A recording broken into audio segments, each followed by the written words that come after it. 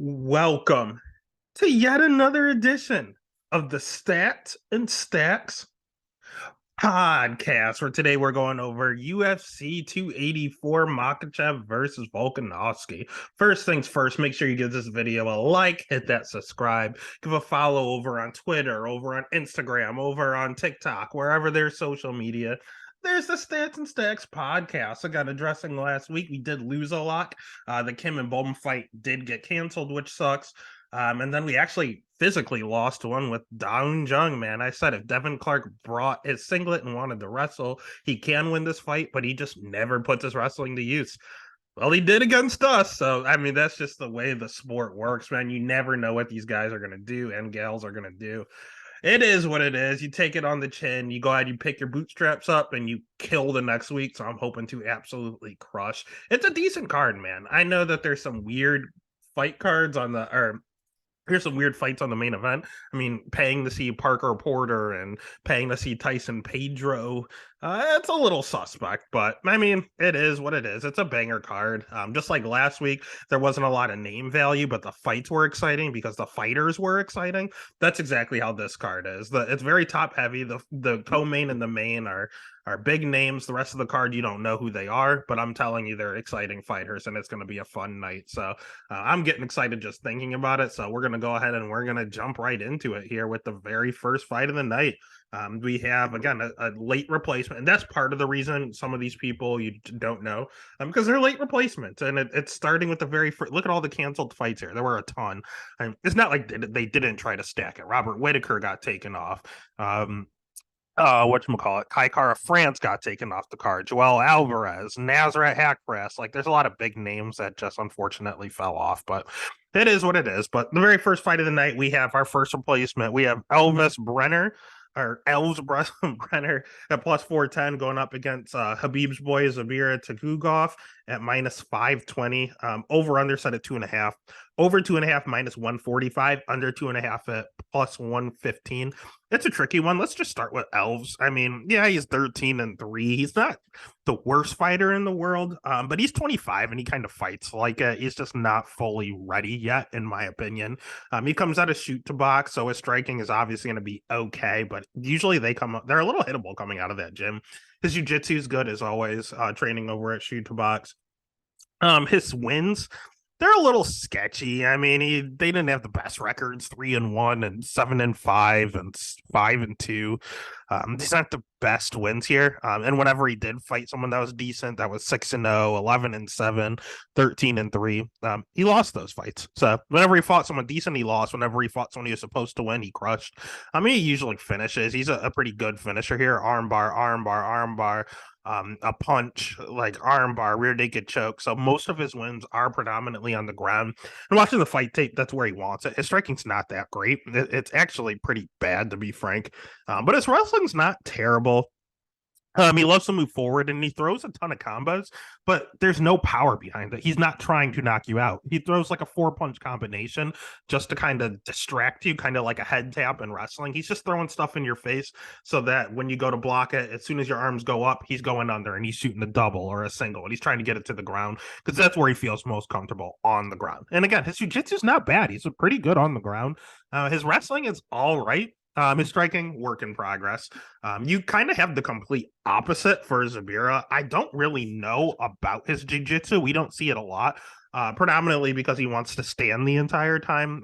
As aforementioned, he's one of Team Habib's boys.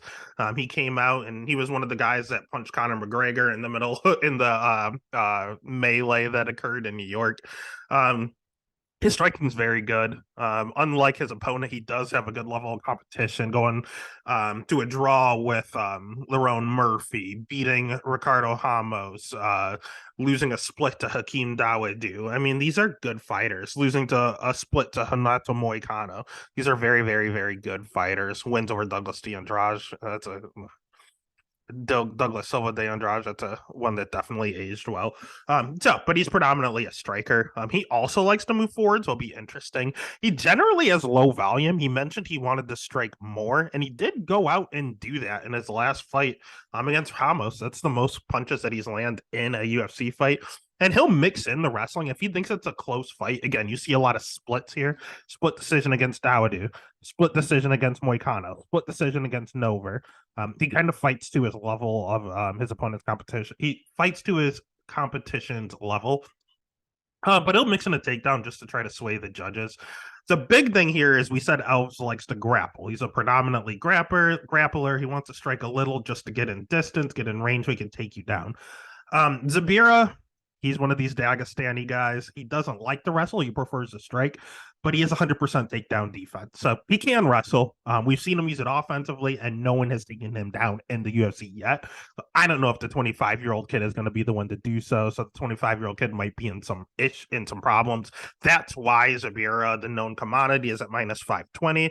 Obviously, no value on there, no meat to the bone. I am staring at that under. He is someone that predominantly goes to decision, and I don't like that this fight is at 55. He generally fights at featherweight. He's moving up a weight class here, but he does struggle to make the weight. I don't think he's a big featherweight. I don't know why he struggles to make the weight, but he does. So maybe it'll make him healthier going up to 55. I don't know, but he's fighting a kid, so hopefully he's able to just get the job done. It's just I'm flirting with that under. He always goes to decision, but he's going up a weight class that might empower him, and he's going against a much lower level of competition. The last time he went against someone a lower level competition was Kevin Aguilar, and he knocked him out in 3 minutes. So maybe that's what he needs. So the pick is going to be Zabira. The bet's actually going to be the under, since he has a low level of competition, and it's plus money for him to get the dub, to get the finish. All right, next fight of the night is, we're already dog hunting, baby. We got Shane Young at minus 135 going up against Blake Builder at plus 115. Over under set at 2.5. Over 2.5 is minus 130. Under 2.5 is plus 100. Let's go ahead and start with Shane Young, because I don't think he's anything to write home about. I mean, yes, his striking's pretty decent. He trains over at City Kickboxing with Volk and Izzy and all of those guys. He's going to have a 4-inch reach advantage here, which is going to be super nice for him, especially because he likes to strike. 56% takedown defense. That's very, very, very concerning. If you can wrestle, you can take this guy down. He's not exactly known for having a good ground game, so not having a good takedown defense is kind of shaky here. He seems awfully durable. He doesn't generally get finished. I know Ludovic Klein came in and kicked his head off, but Klein's head kicks are a different story. Otherwise, he's never been finished. And Klein also missed weight that fight, so that was a little sketchy. His volume's good. He's fine on the feet, but I don't know, man. Even his last loss was to Omar Morales. He's predominantly a grappler who enjoys striking, but he lost a striking match to him, and I'm not a fan of that.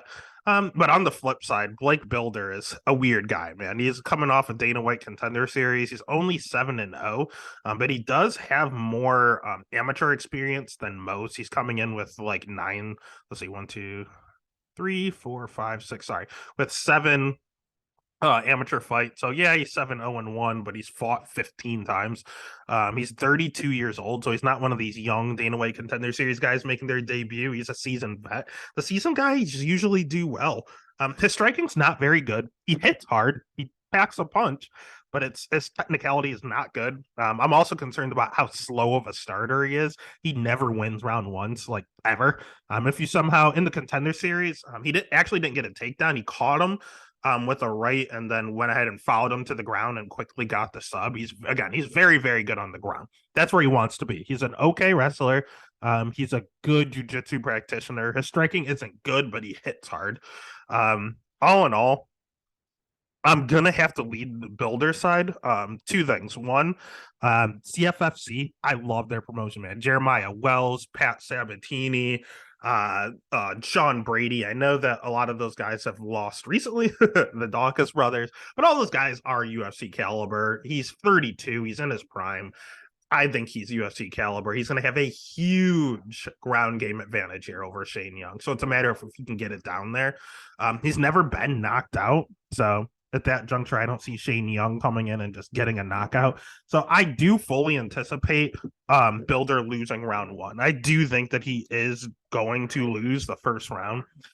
It's just a matter of what happens afterwards. I think he's going to be fine. I think he's going to be perfectly fine. If he loses round one, I think he's going to go out and win round two and three. And he may just get a submission finish, to be honest with you. So the pick is going to be Builder.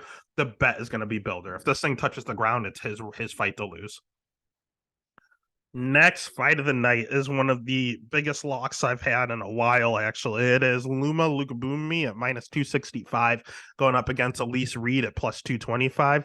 Over under set at 2.5. Over 2.5 is minus 315. Jesus.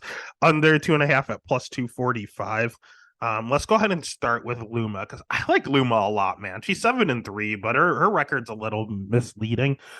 She's a loss to Loopy. Again, Loopy's a phenomenal wrestler. She has a loss to Angela Hill. Angela Hill is one of the honestly, she's always been top 10 since she's been in the UFC. She is her record's shakier than she really is. Angela Hill is a top 10 girl in the division, and then she lost her third ever pro fight by armbar. So three credible losses there. On the flip side, a win over Jin Frey is not terrible. A win over Sam Hughes is all right. A win over Denise Gomes is sneakily not a bad win. Like she has decent wins here. The biggest thing with her is that she is a Muay Thai champion. Like she's a very, very, very good striker. She's 27 years old, and we see her evolve each time she fights. She's a great striker, but she's been wrestling recently, and she's been doing a good job of it. She's been taking down Denise Gomes. She's been taking down Sam Hughes. She got a takedown over Loopy, and Loopy's sister like wrestles in the Olympics. Loopy is known for her wrestling, and she took Loopy down at one point. She has takedowns over Jin Frey. Like she's going out there and scoring takedowns. So if she's a dual threat, if she can take you down and she can beat the crap out of you on the feet, that is perfect. Her jiu-jitsu is a work in progress, but we've seen her throwing hooks in and going for stuff now. You see her learning on the job. The most important thing is that she's too little. She is an atom weight at heart. She is not a 115 pounder, but that is as low as the UFC goes. So she is forced to fight at 115. If there is a 105 pound weight class, I think this girl would be champ. Period. Like I don't know if anyone's beating her, but they don't have one. So she has to fight up 10 pounds. And her last two fights, it looks like she's gotten a little bigger. Obviously, she hasn't gotten taller, but she's packing on some muscle. She's realized it's never going to be able to fight at 105 in the UFC. Let's just pack on 10 pounds of muscles. And it looks like she has. So she's getting better. The bigger she's getting, the better she's getting, the improvement she's making with her age. Like everything about this girl is just a trajectory going up. And to be 100% honest with you, to be frank, I think Denise Gomes and Jin Frey, maybe even Sam Hughes, is a harder matchup than Elise Reed. Don't get me wrong. I bet Elise Reed on our last fight, and she won me money as the dog. I love Elise Reed's swagger. She's little pale, little scrappy, but dude, she's kind of cool to be honest. She's got her own little like swag going on. She's I like rooting for Elise Reed, but this is just a bad matchup for her. She's a pretty good striker. She seems to throw the same overhand right over and over and over. She just spams that right hand. But I mean, when it connects, she's a decent amount of power. Like she's a pretty decent striker. Her issue is that she's low volume, and like a gust of wind could knock her down with the takedown. She cannot stuff takedown. She has 50% takedown defense. She's a little hittable on the feet, to be honest with you.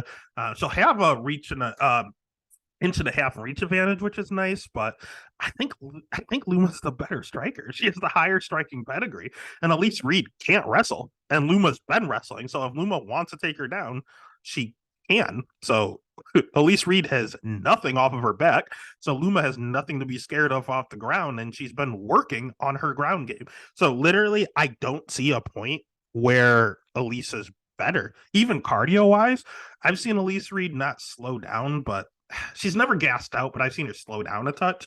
I've never seen Luma gas out or slow down. So Luma has the cardio, the wrestling, the striking, and the jiu-jitsu advantage.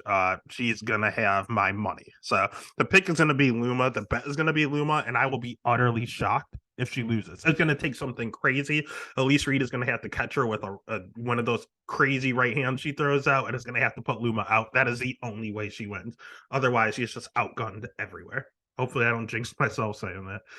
All right. Next fight of the night, we have Jack Jenkins at minus 345 going up against Don Shannis at plus 285. Over under set at 1.5. Over 1.5 is minus 150. Under 1.5 is plus 120. Let's start with Jack Jenkins.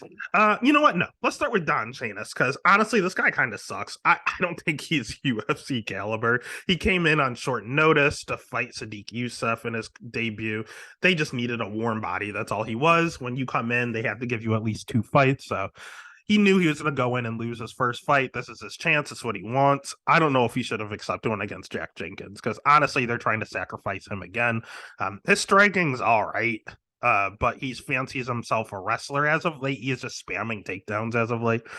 His record, sketchy, man. Anyone that fights Jay Ellis scares me. Jay Ellis is the guy that has over 120 career losses or something crazy like that. He fought him last year. Oh God, he fought him just a year ago. Jay Ellis's record at that point was 16-104. It's insane. In order to get in the UFC, it's like a requirement to beat Jay Ellis. Apparently, I don't know what's going on here. But Don has a little bit of a shaky chin. He doesn't show a lot of knockouts, but in a lot of his fight tape, he got rocked. He did the stanky leg in his fight against Rickard here. Dude, he gets rocked all the time. He just doesn't go out. He just gets rocked. But these guys are so bad that they can't put him away. And then he gets a takedown and he recovers on top of them. That's what he does. And he just goes forward and he pressures you, man. He pressures for takedowns. It's just he's not the greatest wrestler. He's getting better and he's fighting these guys that are low level so he can get the takedown there. But if you have any semblance of wrestling, I don't know if you're going to get him down. And honestly, his striking is what he used to do. He kept getting rocked, so he started wrestling. So now he's not confident in his striking. His wrestling is just okay, and he just pressures you. That's all he can do: fighting crappy people and pressuring them. On the flip side, we have Jack Jenkins, who is from Australia, who the UFC obviously wants to push over in Perth, Australia. His striking's good. He's another one of these guys where he was predominantly a striker for whatever reason. He's been wrestling as of late. So straight from Luma to Don Chanis to now Jack Jenkins. These guys have been wrestling. These guys and girls have been wrestling more for whatever reason. And it's good, man. His wrestling's pretty decent. It looked good on the Contender Series. He was fighting a striker. He had a good game plan. He likes to strike. He likes to get into wars, but he wanted a contract, so he went out there and wrestled the striker, even though he prefers to strike. And it worked. He won via ground and pound in the third round. He looked all right. He didn't look the greatest, but again, he's not a wrestler. He just used a smart game plan and he got the finish. So good on him. I have no idea what his BJJ is like because it looked okay on the Contender Series, and I know he's been working at it a ton because his first 2 losses were both by submission, armbar and rear naked choke. He went to the drawing board, said, "Oh shit, I should probably fix this part of my game," and it's looked fine ever since. So it's improving. I don't know at what level it's at right now, but it'll be fine for Don Chanis. Yeah, I just like people that have multiple abilities, that have good game plans. Now, here's the only thing that scares me about this fight. This guy is the hometown guy. He is from Contender Series. He's making his debut against someone who was used as a sacrificial lamb. That is exactly what Kinoshita and Adam Fugit was last week. This is the exact same thing. This is the exact same scenario. And Fugit went out there and spoiled the party by wrestling. That's all Don Chanis can do is to pressure and wrestle. So, God, if it happens twice, I will be shocked. I don't think it's going to happen again. And Fugit's definitely a lot better than Don Chanis is. So the pick is going to be Jack. The bet is going to be Jack, and I think he just runs through him. I feel like a Luma and Jack. I like the under here as well, with it being plus money. Again, Don Chanis's chin is a little suspect, so I think a Jack and Luma parlay is just easy money. Next fight of the night, we are dog hunting again. We have Jamie Malarkey at minus 255 going up against Francisco Prado, newcomer, at plus 215. Over under set at 2.5. Over 2.5 plus 130. Under 2.5 minus 160. Let's start with Jamie Malarkey. The kid is from Australia. He's growing into the fighter he's always going to be. He's 28, so he's starting to prime out here. Prime years are usually like from now until like 34. So, he's just entering his prime. He's going to have a 4-inch reach advantage here, which is nice. He has all of the UFC experience. Prado has 0. He's fought some decent guys. I mean, he's fought the champ in Volk. That was Shane Young. I'm sorry about that. But I'm pretty sure he fought Volk too, back on the regional scene. Sorry. So he fought Volk, whether it was in the UFC regional scene, he fought him. Brad Riddell, good fighter. Jalen Turner, good fighter. Devontae Smith, all right. Michael Johnson, good fighter. Like he's fought some pretty decent guys here. But he's just a generalist. I'll say it over and over again. He's not a good wrestler, but he'll utilize it. He's not a good striker. He's pretty hittable, but he is okay striking himself. He has good cardio. It's not like using it as a weapon good, but it never falls off. He has nothing wrong with him. He's just not great at anything. He's just kind of there. So if you have anyone that's a specialist in anything, he's in a little bit of trouble because he can just get overpowered, basically. The only problem I have with him is his chin.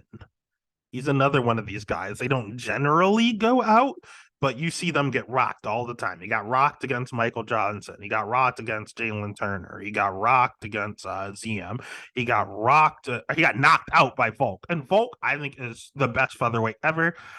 But Volk isn't known for his knockout power. He always goes to decision or he wears on you after a while. Volk shouldn't be knocking you out in the first round. That's a little sketchy. So his chin is kind of suspect, to be 100% honest with you.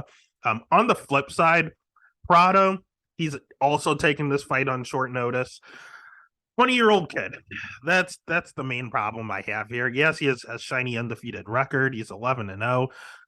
But again, he's kind of unproven, to be 100% honest with you.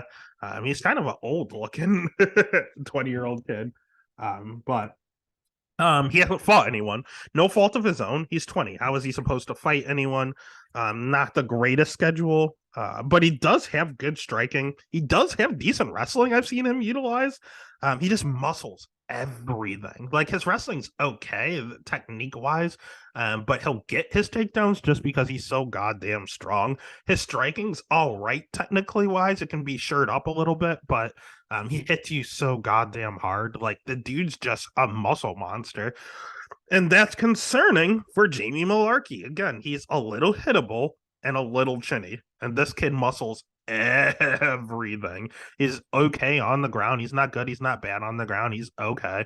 But I think he might have. I think it's pretty much a wash in the striking ordeal. I think Jamie might be a little more technically sound, but you're looking at quantity versus quality. Prado's shots will definitely be a lot harder than Jamie Malarkey's. Jamie Malarkey's probably not knocking this kid out. So is his cardio going to hold up taking this fight on short notice? I don't know.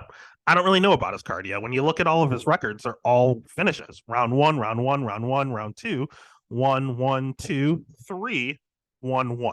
He's never gone to a decision. He finishes every single one of his fights.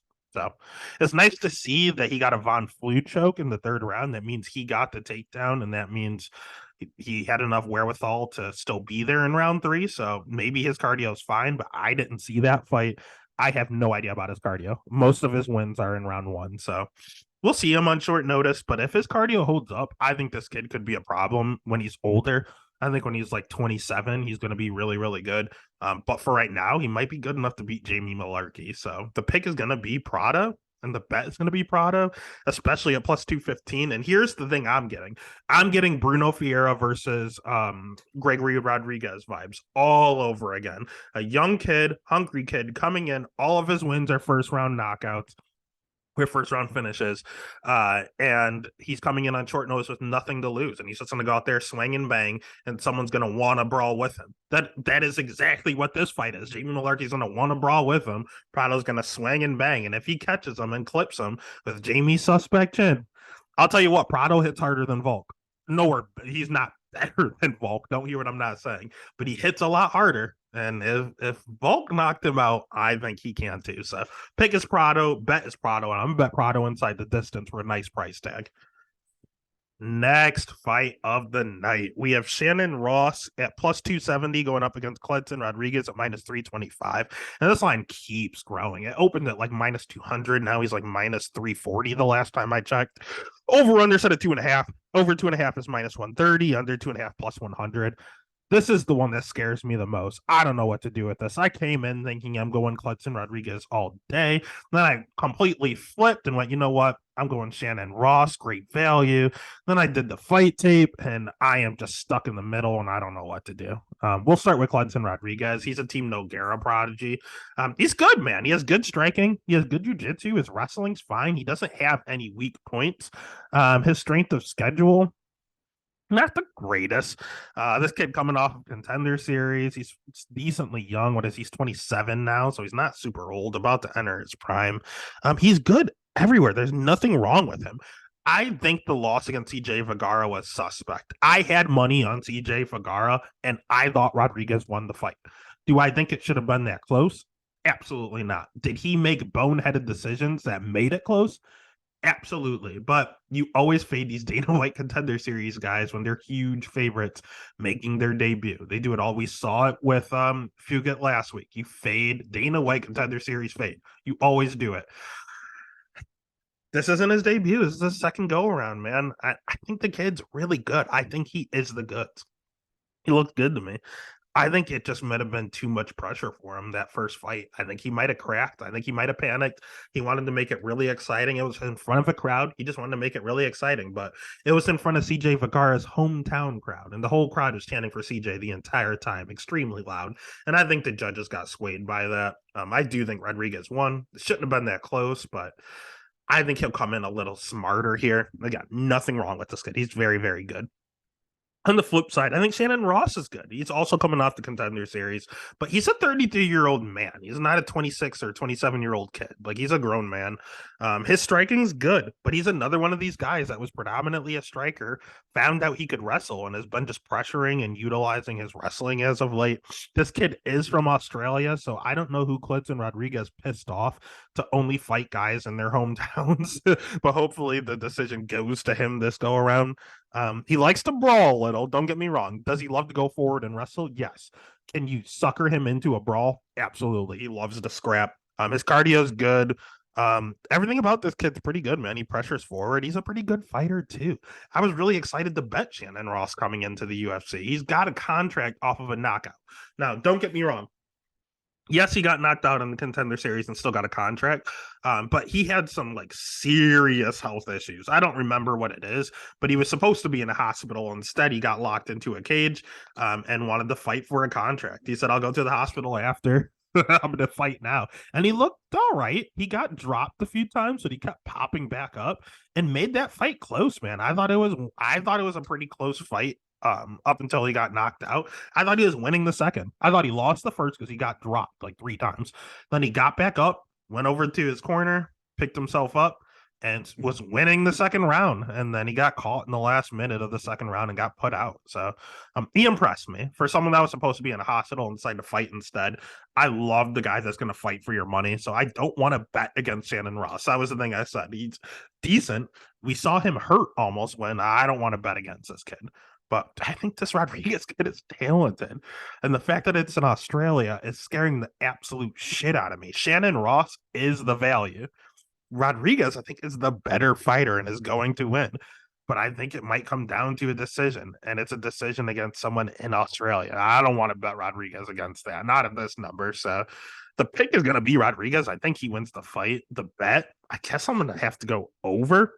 That's the only way I can do it. I guess over at minus 130 is the only way I'm looking at it. All right. Next fight of the night is the reason we do fight tape.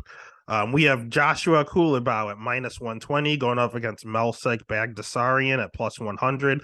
Over under set at 2.5. Over 2.5 is minus 175. Under 2.5 is plus 140. Honestly, before I did fight tape and everything, I don't look at odds before I do fight tape.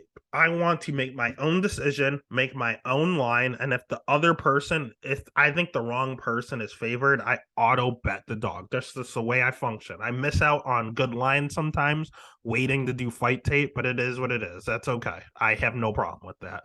This fight is the reason. I sat down, did the fight tape, and made a line. I think it's going to be Melsek. I think it's going to be Melsek like minus 150.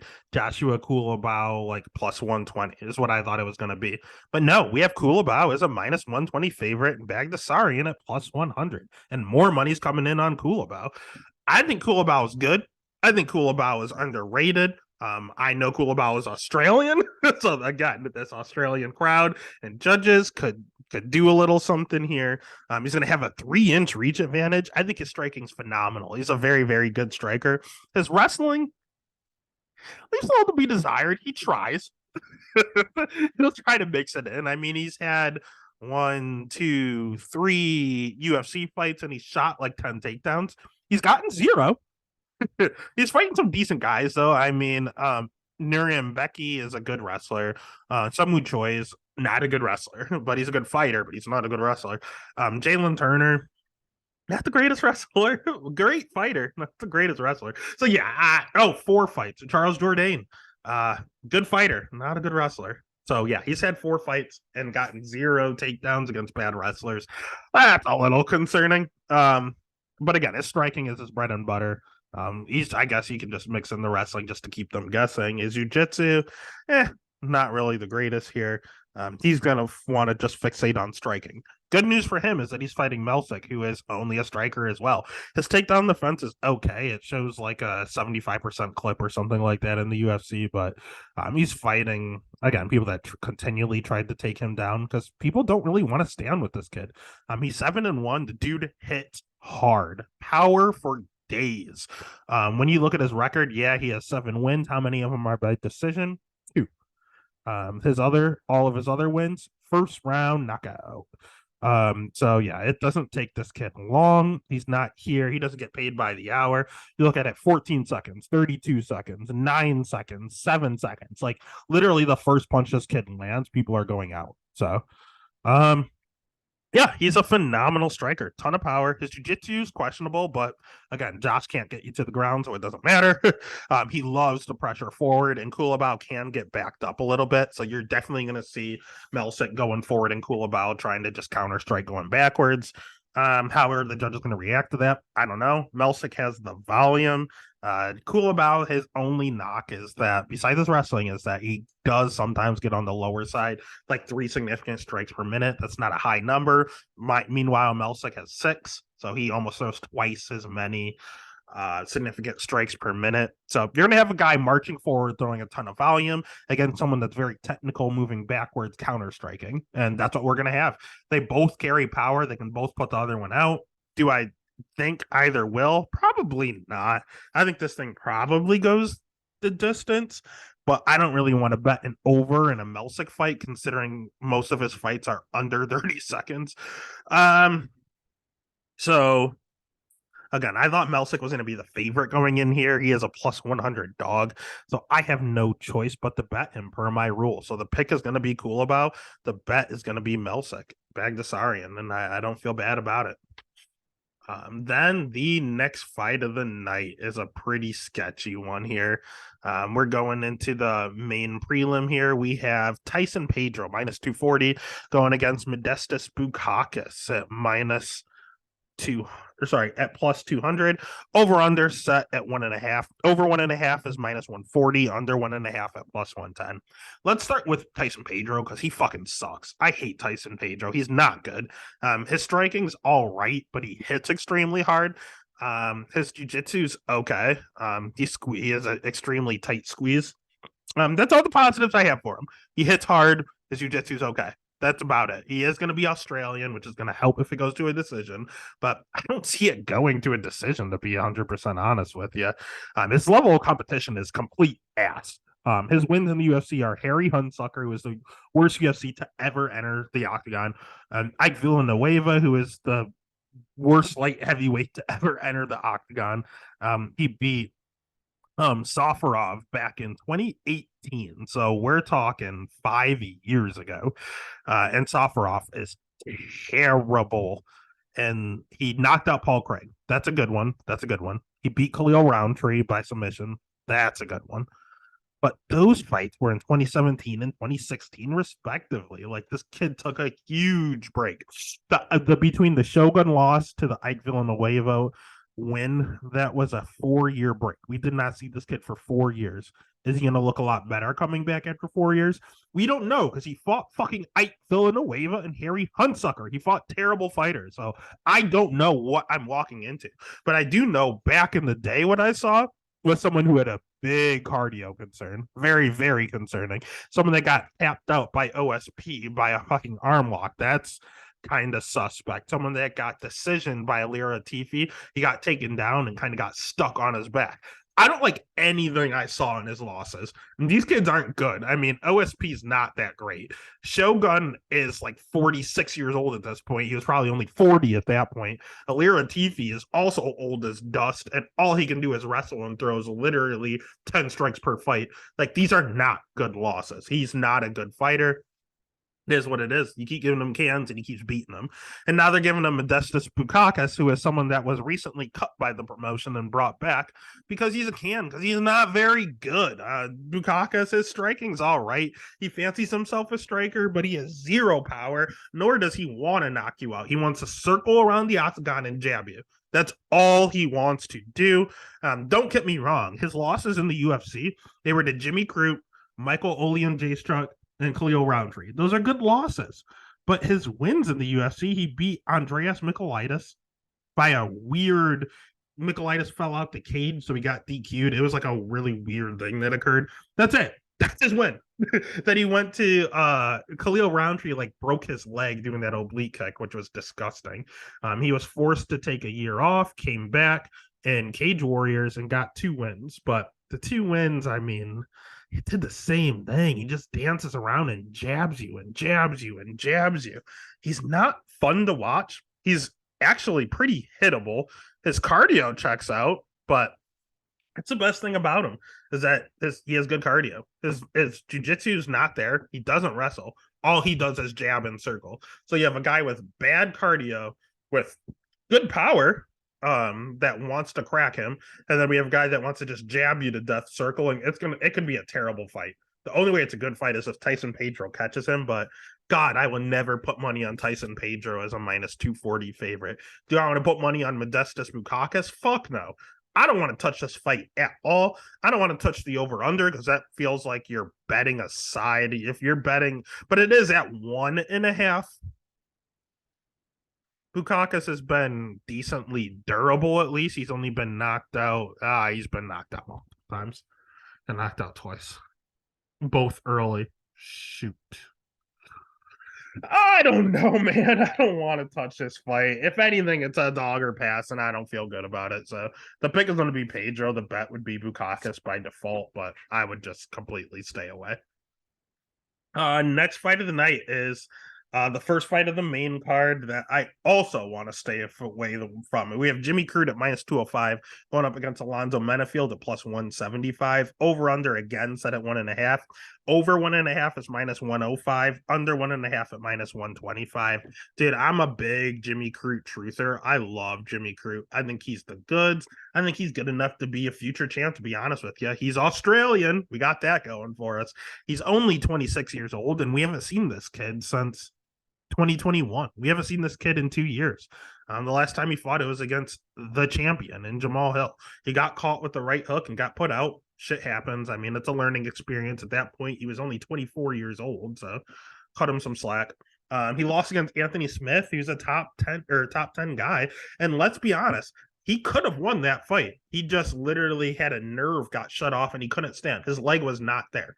Literally, he had one leg, and he took down Anthony Smith twice on one leg and began winning the end of the round. He got back up after the round ended, and his leg kept falling out. He kept falling. Like, the man could not walk because he had no nerves. The nerve was pinched, and he couldn't feel his leg and had no control of it. And the doctor had to stop the fight. He didn't tear an ACL or anything. The nerves shut off, and he literally could not move his leg. He couldn't feel it. So ref had to stop the fight. So that's an interesting loss. And then his only other loss was the Misha Serkinov. He got submitted with the Peruvian necktie. Yeah, that was just a vet lesson. He didn't see it coming because generally Jimmy Crute's a good grappler. That's what he's known for. He is great on the ground. His wrestling's pretty good, man, especially for 205. There's very little people that can wrestle. Glover Teixeira won a bout at 42 years old because he could wrestle. Like, there's not wrestlers at 205. So he's very good wrestling for 205. His striking's okay. He leaves his chin up in the air. He's asking to get knocked out, and he did in his last fight. So that was a little concerning. Hopefully, he learned from that 24-year-old kid. Again, he's training with Robert Whitaker now, which I love. I think the kid is the goods. The only problem I have with Jimmy Crute, outside of his chin way up in the air, is his mullet. That thing's going to have to go. I don't like when he has the fancy mullet. I can't bet him when he has that. I can't do that. Next fighter we're going against is Alonzo Menafield. Menafield's going to have a 2.5-inch reach advantage over Jimmy. His striking's okay. It's not terrible. It's a little overrated because he just hit so goddamn hard. But this might be the hardest hitter at 205. His takedown defense is pretty good. I'll be honest. He doesn't throw a ton of volume because he knows his cardio isn't good. He gassed out against Devin Clark, and then has kind of slowed down in regards to his pacing ever since. He used to run across the octagon and try to kill you. That's what he used to do, and he would always put people out. He did that against Devin Clark. Devin Clark survived, and then he had nothing left, and he was just a punching bag. So he learned his lesson, and he's been taking it real slow. Really slow. Outside of his last fight, he kind of came at Misha Serkinov, which was interesting. But I think he came at Misha because he knows that Misha likes to wrestle, just like Devin Clark did. And he came out and he knocked him out in a minute. And honestly, Jimmy Crute should want to wrestle. To be honest with you, that's his path to victory because Alonzo doesn't have good jiu-jitsu. He has a submission on his record, but he's not very good on the ground. So what you want to do is survive, and you want to submit Alonzo Menafield or finish him on the ground or something. That's what you want to do. Jimmy Crute is good wrestling. He has great jiu-jitsu. It's not even going to be close on the ground, but his chin is always in the air, and he just came out of a knockout. Is Menafield going to come across and knock him out, or is Crute going to get the takedown and tap him out? I don't know, man. I really don't know. Crute's a good wrestler. Menafield is good takedown defense. This is kind of a wash. If you're looking for sheer value, it's Menafield 110%. Do I want to bet on a 35-year-old who has to get a knockout? Otherwise, he'll gas. Not really. So the pick is going to be Crute. The bet's just going to be the under. Hopefully, Crute just shoots a takedown right away, gets it down, and gets a submission. That's easy. Under hits. Alonzo Menafield sprints across the octagon and throws haymakers until Crute goes out. Easy. That's an under. So that's the best way to play this. I wish it was 2 and not 1. Maybe take an alternative spread and take the 2.5. I like that a lot more, but we'll go ahead and just stick with what we have here. So the pick is going to be Jimmy. The bet's going to be the under 1.5. The next fight of the night, we're not going to spend a lot of time talking about because it's a shame that this is on pay-per-view. This is like disgusting that it's on pay-per-view. We have Justin Tafa at -125 going up against Parker Porter at +105. Over under set at 2.5. Over 2.5 +120. Under 2.5 -150. Let's be honest. Justin Tafa is he's from Australia. He has that going for him. He's 5-3. He was 3-0 when he got into the UFC for whatever reason. I'm thinking he's still fighting on a pay-per-view. So whatever Sam Alvey knew about Dana White, Justin Tafa also knows, because that's the only explanation as to why he's still here and why he's getting a pay-per-view fight. His striking's all right. It's not great. It's all right. He carries some decent power, I believe. Again, he's fighting Harry Hunsucker, so it doesn't take a lot to put Harry Hunsucker out. I think I can knock out Harry Hunsucker. He's just a can crusher, man. Harry Hunsucker's ass. Juan Adams, ass. These other guys, never even heard of. So, like, I don't know, man. And he fought people that are not good. Jared Vandera is not good and cut from the promotion. Carlos Felipe, not good, cut from the promotion. And he took L's to those guys. So, I don't know. He's also the only heavyweight in history to miss weight. So, that's embarrassing. This guy has no discipline. He has suspect wins. He's hittable himself. He gets hit more than he dishes out. I want no part of this. All he does is knock out cans. Good news for him is that he's fighting another can, Parker Porter. Parker Porter's not good. His striking's all right. His wrestling, he tries. He gives it an old sailor's try, but it's not very good. His wins, also a little suspect. I mean, his wins in the UFC are over Alan Badeau and Chase Sherman. Those guys are ass. Josh Parisian. All of these guys are terrible, and most of them have been cut. So I don't know. At least his losses are a little more credible. Jailton Almeida is an absolute killer, and Chris Dawkins is all right. So at least his losses are credible. So his chin's questionable as well. So that's not good going up against Justin Tafa. And this over under is really just a matter of picking the winner. So do you want to bet the guy with decent cardio and Parker Porter? Although Justin didn't look terrible. I mean, when he went the distance with Jared Vandera, I mean, he was still throwing in the third round. It wasn't terrible. But Parker has a way of getting into brawls and wearing on you. When his chin holds up, you gas out from punching him. And that's exactly what Tafa would do. But if his chin does not hold up, Tafa's going to knock him out in the first round. So which one's going to happen? I don't know. I think it's 50-50 for the over-under 2.5. I think it's 50-50 for the fighter to win themselves. So I'm just going to take the plus side on both fights. So the pick is going to be Parker Porter. The bet's going to be the over. I think it's a 50-50. Give me both plus signs. I feel like at least one of those hit. All right. Then the next fight of the night is an interesting one. We have Jack Della Maddalena at minus 320 going up against Randy Brown at plus 265. Over 2.5 is plus 120. Under 2.5 at minus 150. Let's start with Rude Boy Randy Brown. Dude, I think he's good. I like Randy Brown. I bet him in his last fight against Chaos Williams, and his last fight against Trinaldo. Sorry, Chaos was before Trinaldo.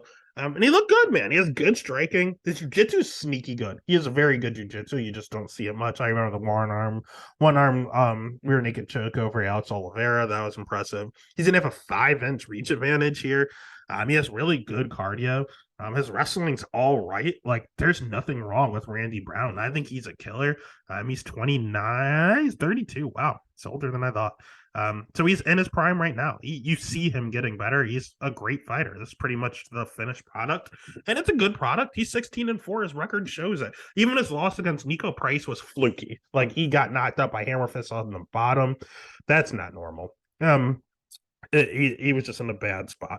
Bilal Muhammad is a good fighter. He might fight for a title soon. Like, Bilal's a good fighter. Michael Graves, great fighter. That's not in the UFC. He had some issues that wouldn't allow him to continue to be in the UFC, but that's a good loss. Mike Graves is good. So he doesn't even have bad losses on his record. Like, they're all very good. And Vicente Luque, again, almost fought for a title.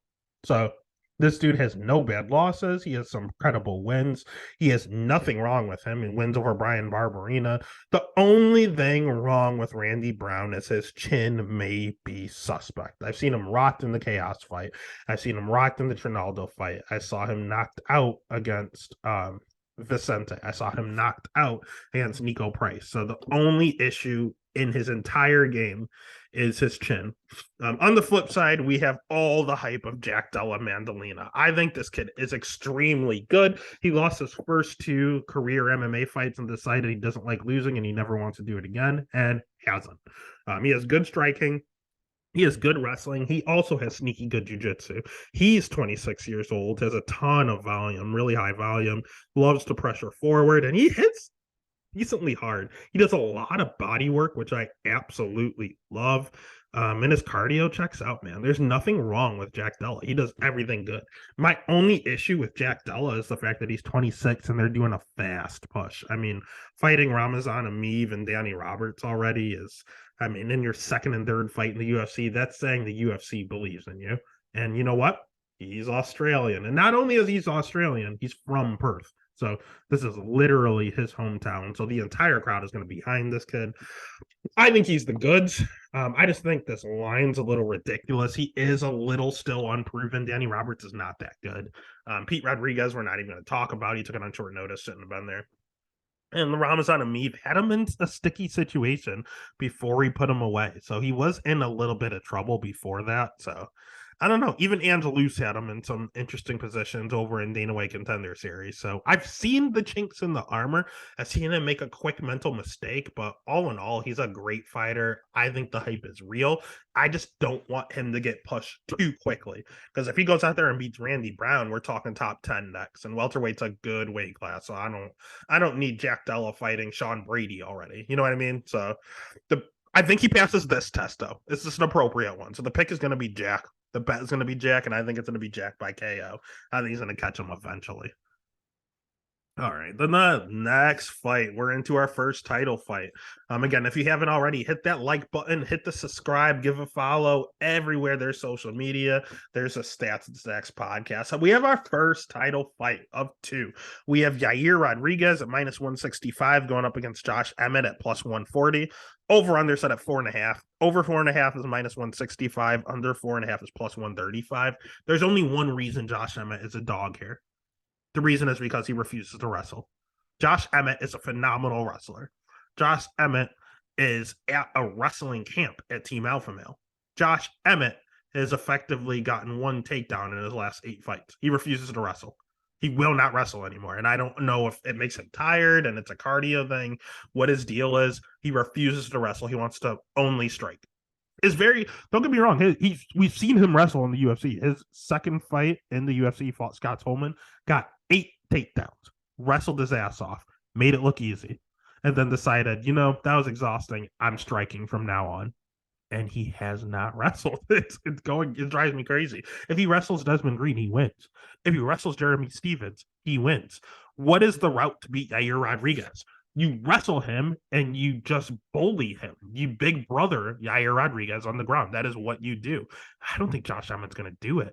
There's also these rumors of Josh Emmett needing a hip replacement, and he's in a title fight, so he refuses to pull out. I don't know if those are rumors. I don't know if they're true.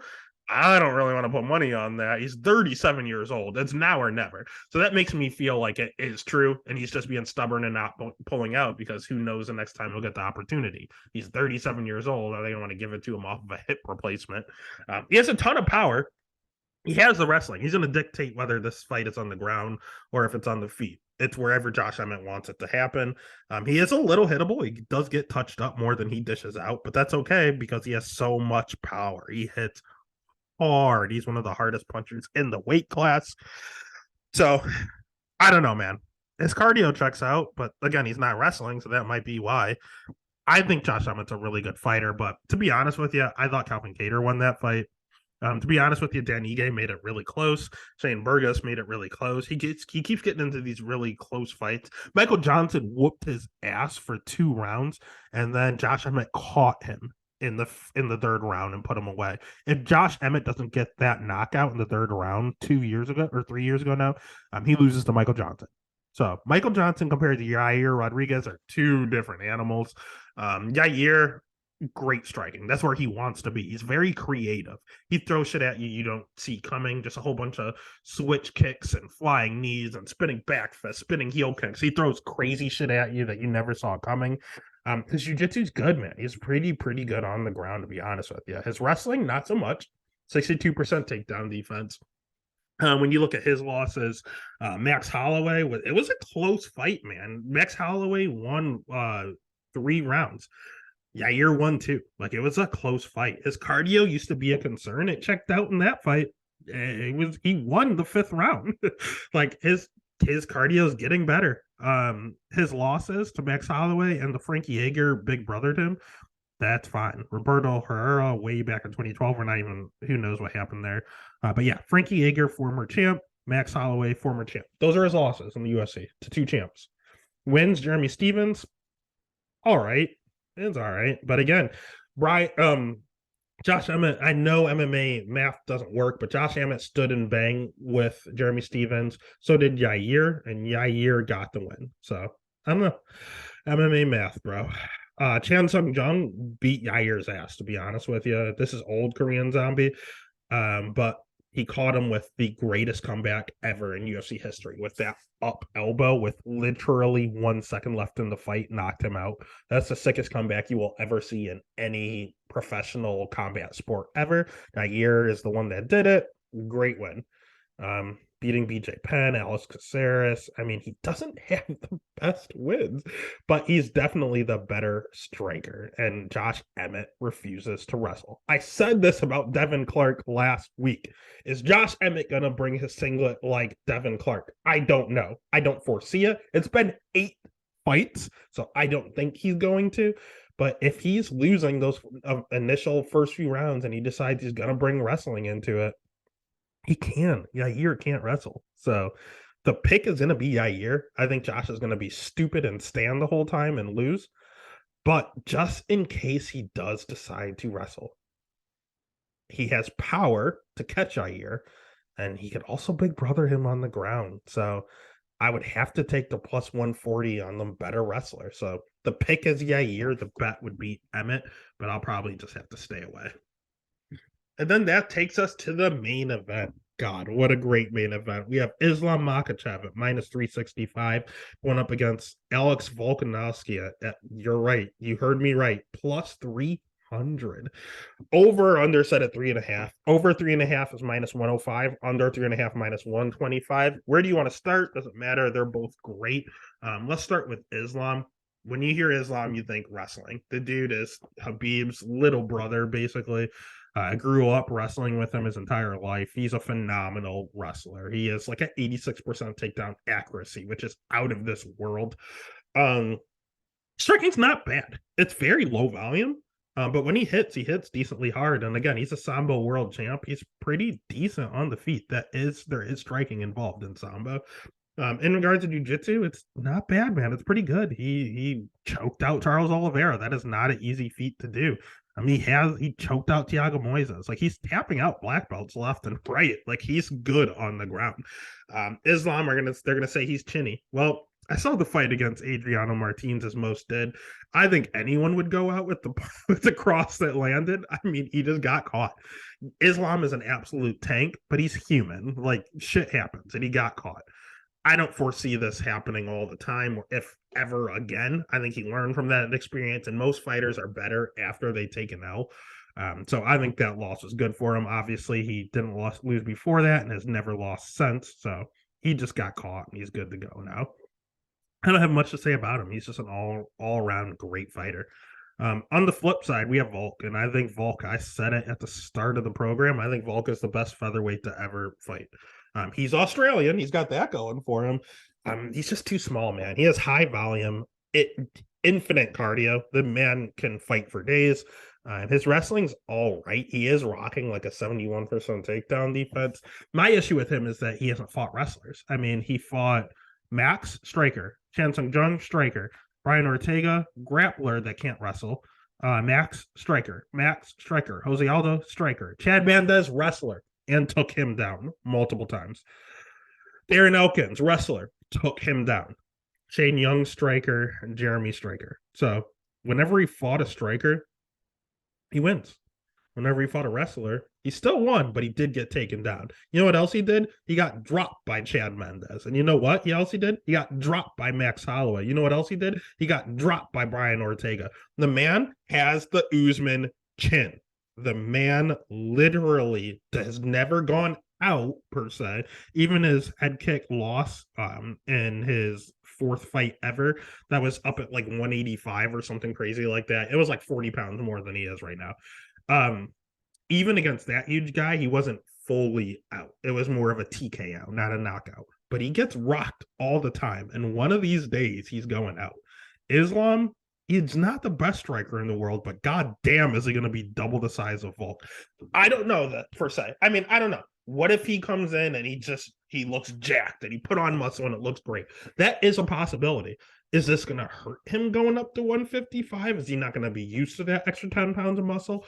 I don't know what's going to happen. I know I never want to doubt Volk. I think Volk is a top fighter of all time. I think Volk is I think he's a great guy. I think he's a great fighter. I don't want to bet against Volk. And I love him at plus 300. I will have a bet on Alexander Volkanovski. Do I win this fight? Do I think he wins the fight? No. I think he's going to get mauled. I think he's just too small. It's no fault in skill. I think Volk is a better striker. I think Volk has the better cardio.